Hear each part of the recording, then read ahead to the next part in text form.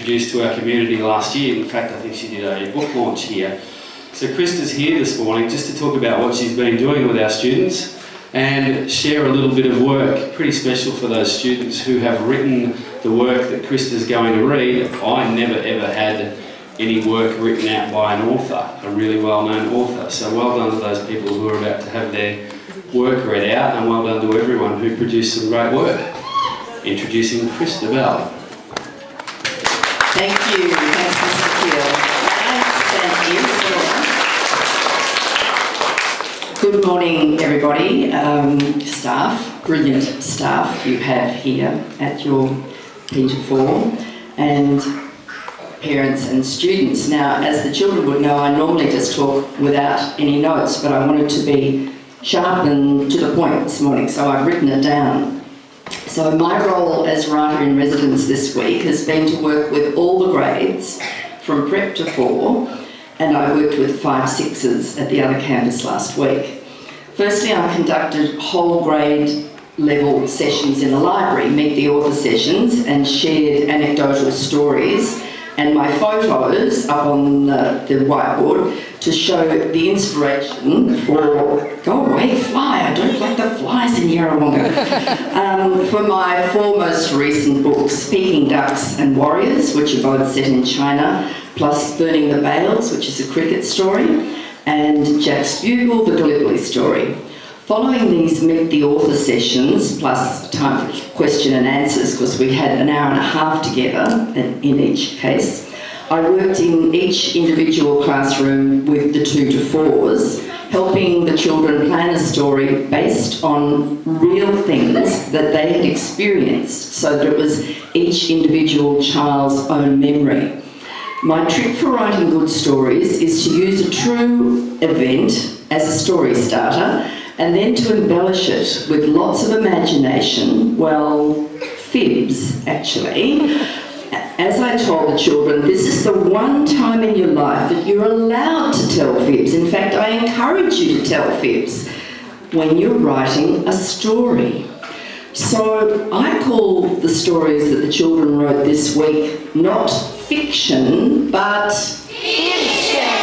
Fibtion, F-I-B-T-I-O-N,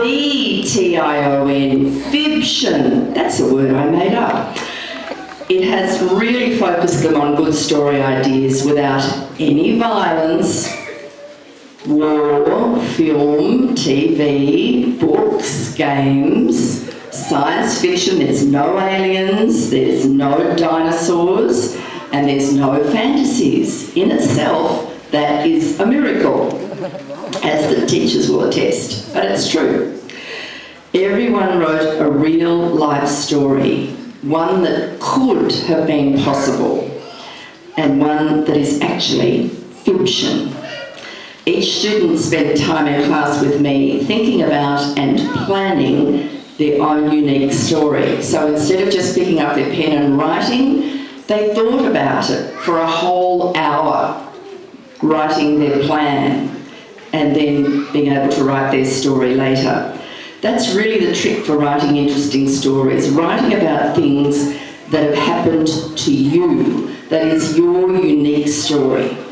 We've had lots of individual success stories as the children have written this week, their first fiction story, and I know there are lots more to come now that they know they don't have to write film and TV and book rewrites, they can write their own stories. So I'm just going to read you a couple of examples, and for me it's very interesting that the 2 that have been chosen are both from grade 2. So this one is called My Dog's Birthday, and it's by Electra. Where's Electra? Good girl. One day it was my dog's birthday. There were balloons and cake, and when the cake came out, all the dogs were surprised, and my dog was very surprised. She was so surprised that she ran up to the cake and jumped on it. It went on everyone's faces. It was chocolate and it was messy, and then we had a water fight to clean up.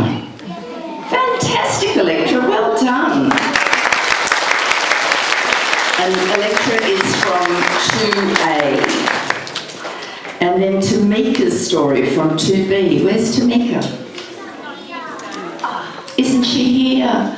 Oh, you'll have to tell her how brilliant she is. It's called Kira the Cat. Kira and I went camping. When we got there, we put up the tent, and then a ginormous storm came. Kira ran away because she was scared. She ran up a tree. When the storm was gone, I went out of the tent and climbed up the tree and got my cat back and gave her a big hug. I was so happy. How good is that?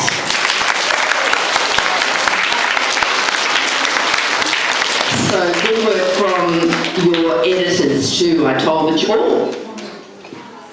Yeah. From year 4, it's called Burgers. Ooh. Ooh. Where's Georgia? Down the back, she's hiding. I heard a creepy sound. It sounded like a person coming into my room. I got out of bed and got Henry, my dog. I turned the light on. I looked everywhere. This is beautiful writing, Georgia. A man popped out of nowhere. I screamed and he stopped and looked at me. Then I saw something in his large, disgusting hands. I checked if Nan's yummy homemade burgers were still there. They were gone. I said to myself, so that's what he has in his dirty hands. I checked. I was right. When he was looking, I wasn't looking, I quickly snatched the burgers out of his hands and ran as fast as I could go. Then I put my leg out and he tripped over. He got up and started running after me, and before he got to me, I quickly scoffed all the burgers. That's a beautiful verb, scoffed. Then I got my very scary clown mask out of the cupboard and put it on and ran after him. I told Mum the whole story after I'd finished, and she thought I would have died because I was scared. Mum was relieved that I was alive. Woo! Georgia, what a good job. And Georgia's in grade 4. So, finally I'd like to thank all the children for their hard work. 2 of the grade 4s have still got torture coming this afternoon. I'll sort you out, don't you worry. And I want to sincerely thank Mr. Keel and also Mrs. Stevenson for their initiative in inviting me to come to spend this week with the children, and to Miss Mitchell for sorting out all the timetabling and all that sort of stuff. Thanks, Miss Mitchell. And I'd also like to thank all the fantastic staff. You really do have brilliant teachers, and I've been to a lot of schools around Australia, and there ain't no staff quite like this one, I have to tell you. They've been really enthusiastic and really supportive and made my week an absolute joy. And haven't we had fun? Yes, we have. And I want to congratulate all the children on their great effort, because even some of them who normally just sit there and don't say anything at all were talking their heads off this week and writing down great ideas, and I think we might have turned a corner in lots of cases. So fantastic effort, kids. Give yourselves a clap.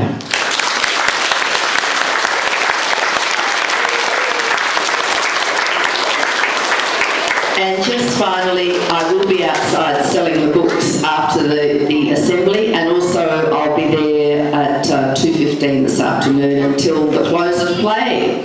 So thank you for having me in your wonderful town, and particularly at this brilliant school. I really enjoyed myself. It's been very satisfying. Cheers.